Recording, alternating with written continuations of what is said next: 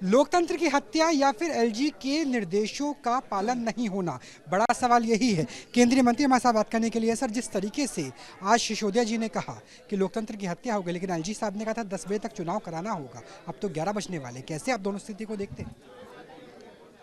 मनीष जी ने बिल्कुल ठीक कहा है कि लोकतंत्र की हत्या हुई है, पर वो ये नहीं बता रहे कि ये लोकतंत्र की हत्या एमसीडी में आम आदमी पार्टी की सरकार है, उनके मेयर हैं, उनके द्वारा हुई है। उन्होंने ही चुनाव को नोटिफाई किया था, आज का दिन तय था, और क्योंकि चुनाव सीक्रेट बैलेट पर होता है तो उसकी सीक्रेसी मेंटेन करने का काम भी प्रिजाइडिंग ऑफिसर का है। प्रिजाइडिंग ऑफिसर मेयर है और वो खुद ही इस नियम को तोड़ने को कह रही हैं कि मोबाइल अंदर ले जाने दिया जाए। इस बात पर उन्होंने स्वयं इस चुनाव को रोक दिया और पोस्टपोन कर दिया 5 तारीख के लिए।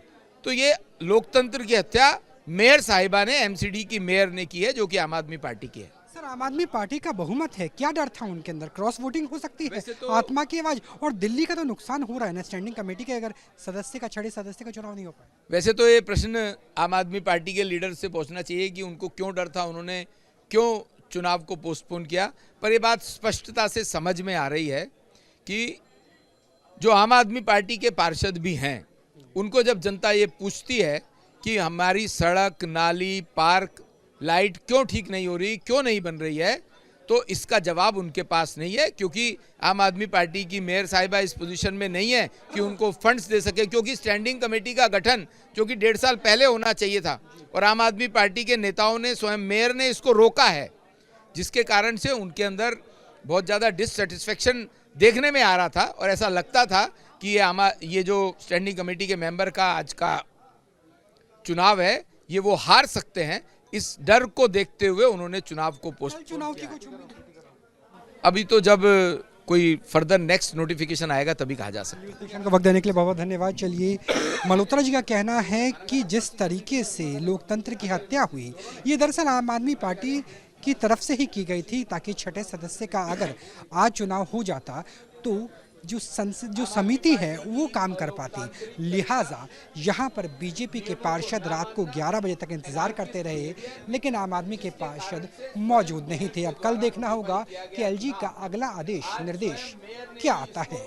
कैमरा सहयोगी संजय कुमार के साथ राहुल डबास, न्यूज़ नेशन, दिल्ली। लोकतंत्र की हत्या या फिर एलजी के निर्देशों का पालन नहीं होना, बड़ा सवाल यही है। केंद्रीय मंत्री हमारे साथ बात करने के लिए सर, जिस तरीके से आज सिसोदिया जी ने कहा कि लोकतंत्र की हत्या हो गई, लेकिन एलजी साहब ने कहा था 10 बजे तक चुनाव कराना होगा, अब तो 11 बजने वाले, कैसे आप दोनों स्थिति को देखते हैं?